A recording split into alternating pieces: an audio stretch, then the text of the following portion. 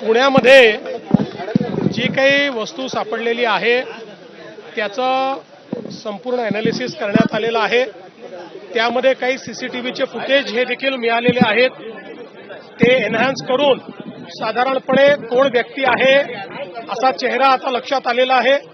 अजूनही number plate जी आहे ती एनहान्स करण्याचा प्रयत्न आर्टिफिशियल इंटेलिजन्सचा उपयोग करून करण्यात येतो आहे। पण निश्चितपणे काही ना काही घातपात करण्याचा हा प्रयत्न होता।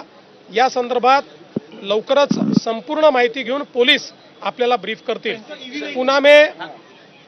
पुणे में जो एक चीज मिली थी, जो एक प्रकार से एक छोटा बॉम्ब ही वो था, माइल्ड बॉम्ब था, लेकिन उसको क्यों रखा गया, किसने रखा, इसके बारे में अभी तफ्तीश चल रही है।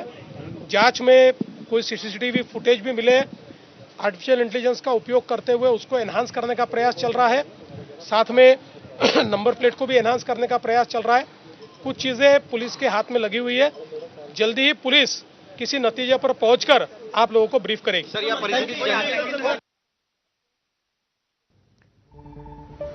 तर विधिमंडळ ते मंत्रालय दुचाकीवरून प्रवास केल्यानंतर मुख्यमंत्री देवेंद्र फडणवीसांनी ही प्रतिक्रिया दिली आहे। पुण्यातल्या वस्तूचं सध्या परीक्षण केलं जात आहे आणि तो एक प्रकारचा माइल्ड बॉम्ब होता असं देखील त्यांनी सांगितलेलं आहे।